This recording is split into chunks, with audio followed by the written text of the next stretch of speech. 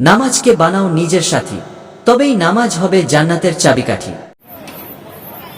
কুপিলা গ্রামে সমস্ত গ্রামবাসীর উদ্যোগে আয়োজিত ৭৭তম ইসালে সওয়াব, এখানে আমাদেরকে আল্লাহ তাআলা আনয়ন করেছেন, একত্রিত করেছেন, কথা বলার এবং শোনার তৌফিক দান করেছেন।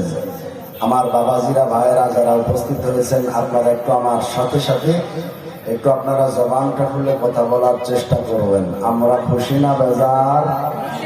জোরে বলা লাগবে, খুশি না বেজার? এজন্য আমরা সেই মহান রবের দরবারে শুকরিয়া আদায় করছি। আমরা প্রাণ ভরে মন খুলে আমরা সকলে পড়ছি আলহামদুলিল্লাহ, আলহামদুলিল্লাহি হামদান কাসীরান তাইয়িবান মুবারাকান ফীহি। আল্লাহু আকবার কাবীরা, সুবহানাল্লাহি বুকরাতাও ওয়া আসীলা, আলহামদুলিল্লাহি কাসীরা। মুহাম্মদ সাল্লাল্লাহু আলাইহি ওয়াসাল্লামের উপর অসংখ্য দরুদ ও সালাম বর্ষিত হোক।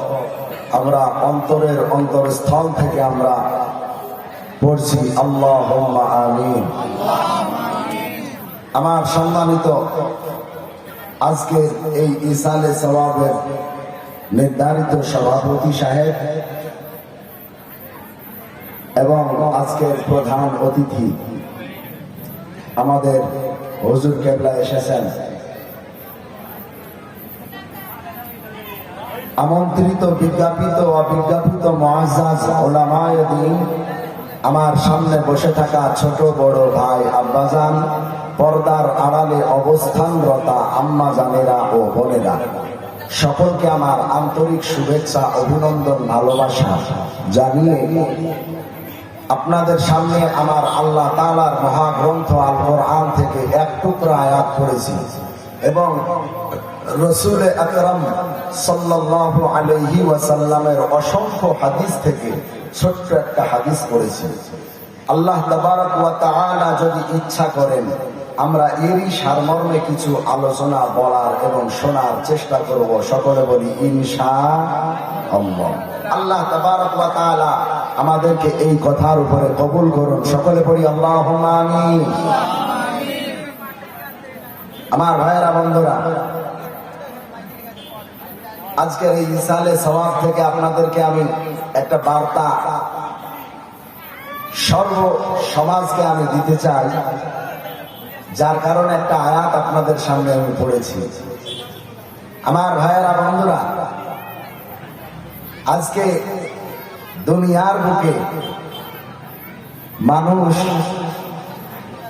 নেতা মানে, আইডল মানে, যাদের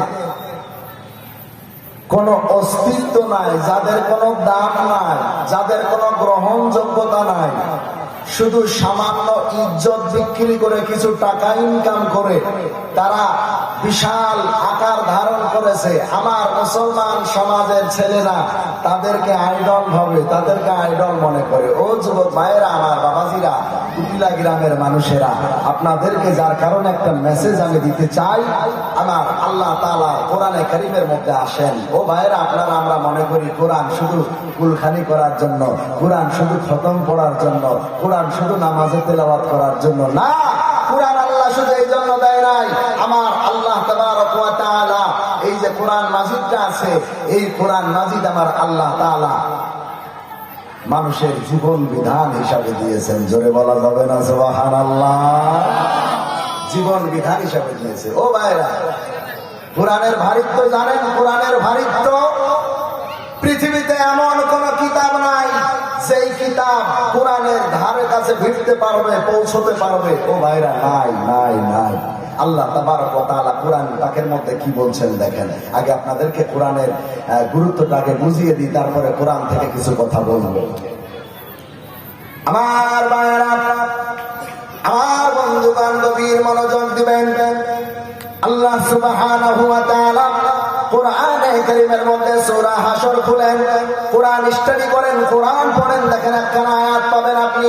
আল্লাহ তাআলা কত সুন্দরভাবে আপনার জন্য ওয়াজ করছেন, লাউ আনজালনা হাযাল কুরআনা আলা জাবালিন লারাআইতাহু খাশিয়া আলা জাবালিন লারাআইতাহু খাশিআন মুতাসাদ্দিআন মিন খাশিয়াতিল্লাহ। একটু চিৎকার মেরে বলেন আল্লাহু আকবার। আমার মুসলমান ভাইরা, আল্লাহ তাআলা বলেন এই কোরআনে কারীম, এই কোরআন মাজিদ যদি আমার মুহাম্মদ সাল্লাল্লাহু আলাইহি ওয়াসাল্লামের উপরে নাজিল না করতাম, নাজিল না করে যদি বড় বড় পাহাড় আছে পাহাড়ের উপরেও যদি নাজিল করা হতো, আমার আল্লাহ তাআলা বলেন দুনিয়াতে যতগুলা পাহাড় আছে কোরআন নাজিল করার কারণে আমার আল্লাহ তাআলা সমস্ত পাহাড়কে আল্লাহ তাআলা চুরমার করে দিতেন। বলেন সুবহানাল্লাহ। ও ভাইরা, এটাই কোরআন, এটাই কোরআন। আমার ভাইয়েরা বন্ধুরা, এই কোরআন তো আমাদের যুব সমাজ আজকে মানতে চায় না। মানতে চায় কাদেরকে? ওই যে সিনেমার নায়ক নায়িকা আর ওই যে ক্রিকেট খেলোয়াড়, কে কেমন ভাবে পোশাক পরলো, কে কেমন ভাবে দাড়ি রাখলো, কে কেমন ভাবে চললো। আমার যুব সমাজ এটা নিয়ে পাগল। আমার ভাইয়েরা বন্ধুরা জন্য গভীর মনোযোগ। এই কোরআনের ভারী প্রয়াত আমার আল্লাহ তাআলা দিয়েছেন, ওই কোরআন থেকে আপনাদেরকে কথা বলবো। আল্লাহ তাআলা আপনার জন্য একখানা আয়াত দিয়েছেন, আপনি কোরআন স্টাডি করেন, কোরআন পড়েন, দেখেন আমার আল্লাহ তাআলা এখন কত সুন্দর ওয়াজ করেছেন। ওয়া মা আরসালনাকা ইল্লা রাহমাতাল লিল আলামিন। আল্লাহ তাআলা বলেন, ও দুনিয়ার মানুষেরা, তোমাদের জন্য যাকে আমি আইডল বানিয়েছি, আইডল, এই আইডল যে কেউ না, যে কেউ না, আমার আল্লাহ তাআলা বলেন মুহাম্মাদুর রাসূলুল্লাহকে আমি তোমাদের আইডল বানালাম। এই মুহাম্মদ কেমন, কেন, কি, একটু ভালো করে শুনে নেন আমার ভাইয়েরা বন্ধুরা। আল্লাহ তাআলা বলেন আমার মুহাম্মদকে আমি দুনিয়ার মধ্যে পাঠাতাম না। আবার কেন পাঠালাম? আল্লাহ তাআলা বলতেছেন দুনিয়ার জন্য পাঠাই নাই, শুধু দুনিয়াবাসীর জন্য না। আমার ভাইয়েরা, বিজ্ঞান বইটা খুলে দেখেন, আপনার ছেলেদেরকে জিজ্ঞাসা করেন এই পৃথিবীর বাইরে আরো অনেক কিছু আছে। বুধ, শুক্র, পৃথিবী, মঙ্গল, বৃহস্পতি, শনি, ইউরেনাস, নেপচুন, প্লুটো, এইরকম ভাবে হাজার হাজার গ্রহ তারা নক্ষত্র রাজি আছে। এর বাইরেও আরো কোটি কোটি গ্যালাক্সি আছে। গ্যালাক্সি, যেই গ্যালাক্সি গুলো বইয়ের মধ্যে পাওয়া যায়, এইরকম 70টা করে পৃথিবী একাই গিলে খেতে পারে সব ভাষাকে। তারপরে আপনি চলে যান প্রথম আসমান, দ্বিতীয় আসমান, তৃতীয় আসমান, চতুর্থ আসমান, পঞ্চম আসমান, ষষ্ঠ আসমান, সপ্তম আসমান, সিদরাতুল মুনতাহা, জান্নাত, জাহান্নাম, আল্লাহর আরশ, যতদূর পর্যন্ত যাবেন সবগুলাকে এক ভাষায় বলা হয় আলামিন। আর আমার আল্লাহ তাআলা বলেন এই আলামিন বাসীর জন্য আমি আল্লাহ তাআলা হলাম রব। আর আমার মায়ার নবী দোস্ত কলিজার টুকরা হলেন সারা আলামিনের জন্য রহমত। জয় বলেন সুবহানাল্লাহ। মুসলমান, আপনাদেরকে কেমন করে বুঝাবো সারা দুনিয়াবাসীর জন্য রহমত? ও মুসলমান, এই রহমতের ব্যাখ্যা যদি শুনতে চান তাহলে আমার সাথে মালদা যাবেন। গতকালকে না,